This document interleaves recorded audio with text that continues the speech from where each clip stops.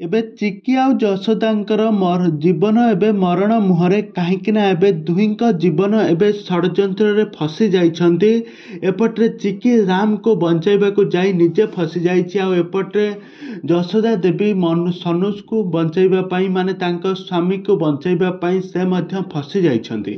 ତେବେ ଦର୍ଶକ ବନ୍ଧୁ, ଏବେ ତୋରି ପାଇଁ ତୋ ପାଇଁ ସିରିଏଲର କାହାଣୀରେ ଆଗକୁ କ'ଣ ଆସିବ, ନୂଆ ପରିବର୍ତ୍ତନ, ତାହା ସବୁକିଛି ଜାଣିବା ପାଇଁ ହେଲେ ଆପଣମାନେ ଆଜିର ଭିଡ଼ିଓଟିକୁ ପୁରା ଶେଷ ପର୍ଯ୍ୟନ୍ତ ଦେଖନ୍ତୁ। ଆଉ ଏହା ପୂର୍ବରୁ ଯଦି ଆପଣମାନେ ଆମ ଚ୍ୟାନେଲକୁ ସବସ୍କ୍ରାଇବ୍ କରିନାହାନ୍ତି ତାହେଲେ ସବସ୍କ୍ରାଇବ୍ କରି ପାଖରେ ଥିବା ବେଲ୍ ଆଇକନକୁ ଦବାଇ ଦିଅନ୍ତୁ।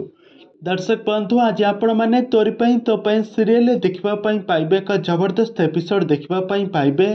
ଆଜି ମାଧବୀ ଆଜି କ'ଣ କରିବ ନା, ଗୋଟେ କଫି ଗ୍ଲାସରେ ଆଜି ସେ ମିଶେଇକି ଦେବ, ଗୋଟେ ବିଷ ମିଶେଇ ଦେବ, ଆଉ ଏହାପରେ କହିବ ଚିକି ତୁ ଯାହା ଚାହିଁବୁ ସେଇଆ ହେବନି, ଆମେ ଯାହା ଚାହିଁବୁ ସେଇଆ ହେବ।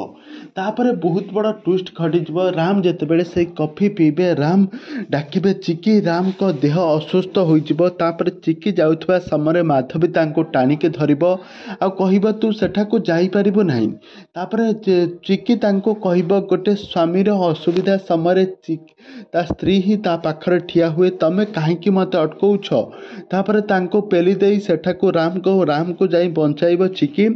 ଆଉ ଏପଟରେ ବହୁତ ବଡ଼ ଟ୍ୱିଷ୍ଟ ଘଟିଯାଇଛି। ଏବେ ଯଶୋଦା ଦେବୀ ତାଙ୍କ ସ୍ୱାମୀ ଯିଏକି ଅନୁଜକୁ ବଞ୍ଚାଇବା ପାଇଁ ବହୁତ ବଡ଼ ଷଡ଼ଯନ୍ତ୍ର କରିଛନ୍ତି।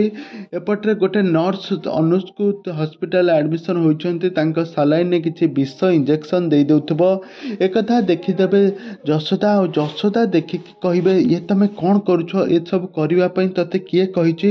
ତାପରେ ସେ ନର୍ସ ଜଣକ ଯଶୋଦା ଦେବୀଙ୍କ ମୁଣ୍ଡକୁ ବେଡ଼୍ରେ ବାଡ଼େଇ ଦିଅନ୍ତି, ତାପରେ ସେଠାରେ ବେହୋସ ହୋଇଯାଆନ୍ତି ଯଶୋଦା ଦେବୀ। ତେବେ ଦର୍ଶକ ବନ୍ଧୁ, ଏବେ ଚିକି ଆଉ ଯଶୋଦା ଦେବୀଙ୍କର ଏବେ ବେଳା ଭଲ ନାହିଁ। ଏବେ ବହୁତ ବଡ଼ ଟ୍ୱିଷ୍ଟ ଘଟିଯାଇଛି। ଏବେ ସିରିଏଲରେ କ'ଣ ଘଟିବ ଆଗକୁ, ତାହା ସବୁ କିଛି ଜାଣିବା ପାଇଁ ହେଲେ ଆପଣମାନେ ଆମ ଚ୍ୟାନେଲ ସହିତ ଯୋଡ଼ି ହୋଇ ରୁହନ୍ତୁ।